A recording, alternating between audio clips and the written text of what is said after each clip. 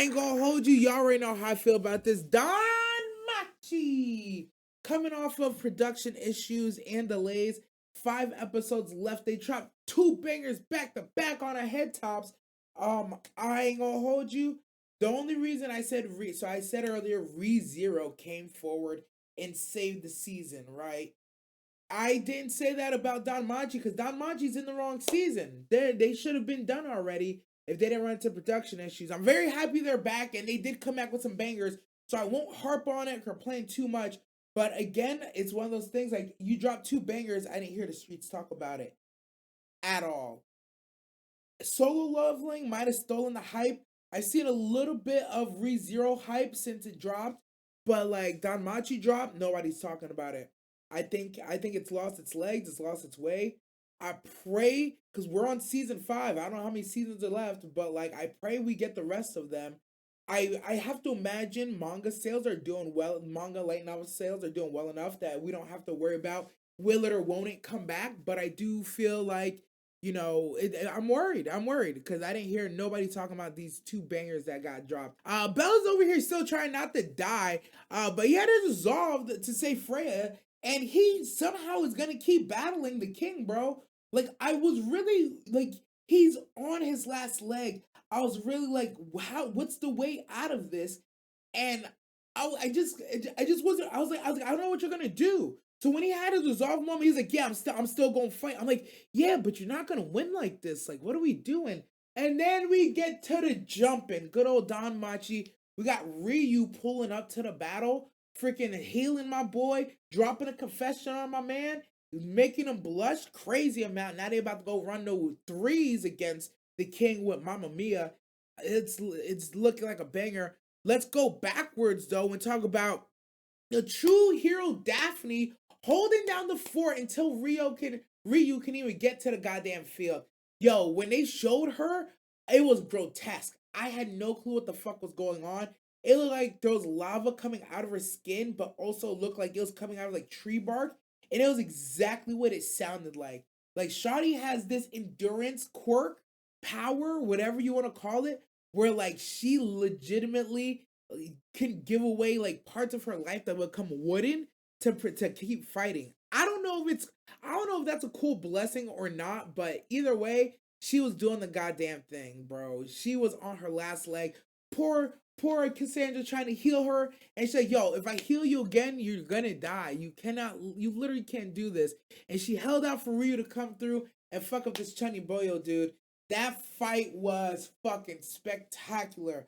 I love the fact that the double level for Ryu just kind of makes sense, knowing that that just happened and she has to get acclimated to her new body, and like so like dude is keeping up, but as he's keeping up, he's slowing down. He's like, "What's going on?" I was like, "Yeah, your curse is overworked. Number one, number two, Ryu has upgraded 2 times on you, not one, 2 times, and she's catching up. So the moment she gets locked in, your ass is grass." And that's exactly what we saw. Shawty locked in, hit her with the power of friendship and love, got her homegirl's powers, started skywalking on these niggas with fire, came through, hit him with a big gale wind, fucking squad wiped the entire goddamn the entire goddamn Freya squad in front of her. It was feats on fucking feats with that one.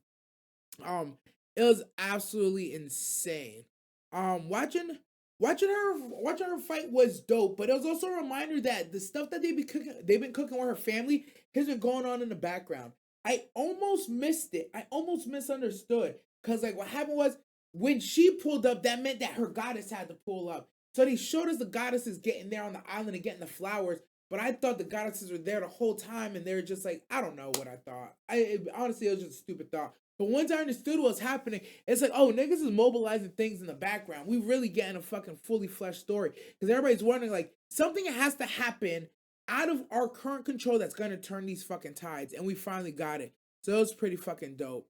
It was pretty fucking dope. I love the politics of Loki and Hermes being the people moving in the background to get Seer back in to use Seer to mobilize Mamma Mia and Anya. Everybody who got mobilized, everybody who was touched, like every little plant that Seer planted Loki and Hermes was able to water, grow, and use it to destroy Freya. And right now, every time I look at Freya, I'm like, girl, you are literally fighting yourself. Like, you're so batshit crazy. Just give in, girl. Just give the fuck in. You look so weak. I understand why Hedon is doing what he's doing. Trust me, I understand why he's doing what he's doing, but we're gonna come back to that. We're definitely gonna come back to that. Hands of the week. Hands of the week. This actually was a hard one. This was actually a hard one. I'm giving it hands of the week. Now I know y'all gonna say this award this week is controversial. By all means, I do agree with you. It probably should go to Solo Leveling, but I'm gonna tell you later why it's not going to Solo Leveling. Y'all just gonna have to bear with me. Hands of the week this week goes to Ryu, bro. Her fight versus Chunny Boyo, dude, was fucking gorgeous. It was not only was the choreography on fucking point, the animation was on point, the music choices matched, the explanation, the introduction of the goddesses in the middle of the fight, the background visuals and speaking about everything she's been through, how her history has literally held her back to the point where she has not sought a higher status or rank. She's just been sitting back, gather experience, saving lives, operating in the background, helping Belle, helping those in need in general when needed. She faced her fears. She went and faced her goddess. She went and did all the things she needed to do. And because of this, she was awarded with a growth spurt like no other. What I love most about this is nobody can call it an ass pull. When she stopped adventuring, she was already a top tier level 4, bodying everybody. They literally called her as the Gale Wind, nigga. Nobody even really knew what her name was. They just called her that. She was literally like mythological levels to these people. Like a flash in the night, son. So when she gets this double level up and she comes through boxing, and my favorite thing in the fight is the moment on her face where she's catching up to her body. I've said this like 3 or 4 times, right? But you can see that something's happening and she's worried. But it's like time slows and then she just kind of weaves it easily and she's looking at it and she's like, oh, I'm like that now? She's just like the first time Neo, like not the first time Neo dodged bullets, like the second time Neo dodged bullets, he was like, oh yeah, I'm really kind of him right now. Those moments in the fight with the Chunny Boyo dude was fucking fantastic. Also knowing that this was always the plan, she was supposed to come in and finish him, and she's just executing what she's supposed to. And even her having the introspection to be like, I don't know if I could beat you on my own. But brick by brick, body by body, minute by minute, everyone who's laid themselves in front of you to get me to this moment, not only do I thank you, but this is why you're going to lose, and proceeds to blast him. And you know my favorite part about her blasting him? It wasn't just done with like the stab. She then dropped a spell on this nigga while he is fucking pinned to her goddamn sword and blast through him, bro. Like, the overkill in it was amazing. Y'all always know, yo, don't just beat your opponent, defeat your opponent. Make sure they're not coming back to run the ones on you. That's exactly what she did. She blasted the fuck out of him, bro. It was honestly like, God damn, bro. It was like, God fucking damn, you smoked the shit out of him. Cause like, you know, we're the good guys. We don't do things like that. Rio said, nah, bro, I'm putting this nigga in the dirt. 6 feet, evil dark elf, bro. Get the fuck out of here. The other side of that fight that was dope was when she's actively fighting everyone, right? She finished the Dark Elf Chunibyo. Everybody, the help team is like, yo, get her ass. And she's like, nah, I ain't gonna let y'all do that. She just starts slicing through everybody. As she's slicing through niggas, we're getting the backstory about her and her homegirl and how she's using this power.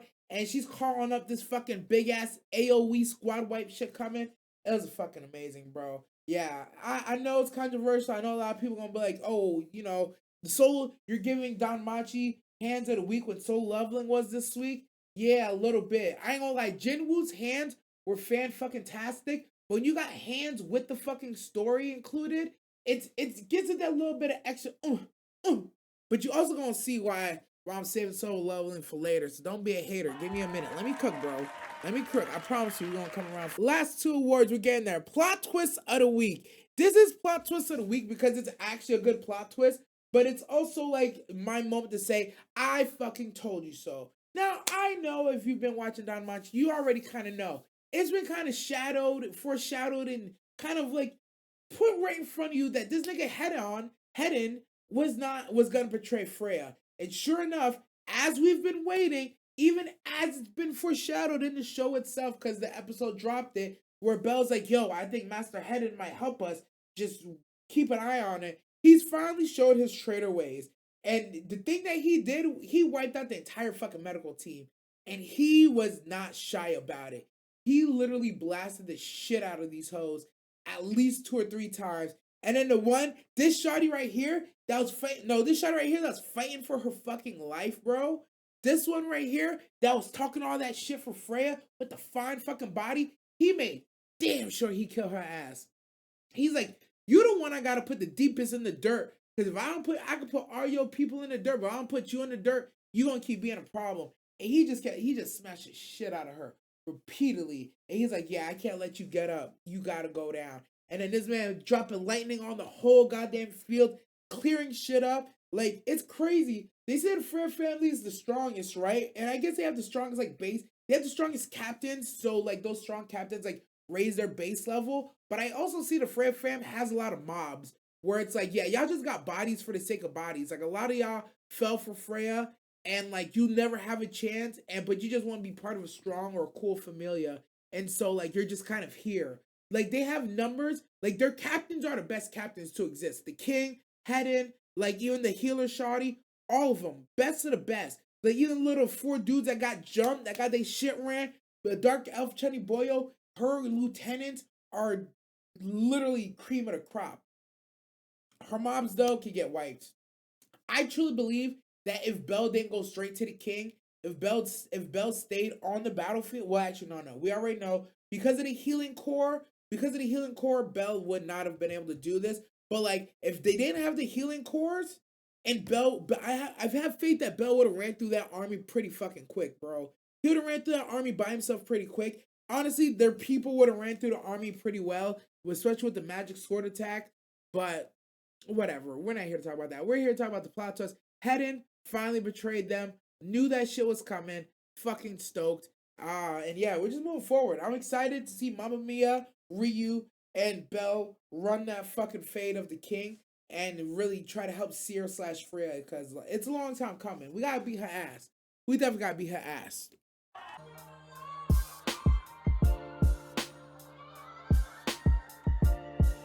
You wanna go around? Oh, right, I'm really fucking shaking, bro.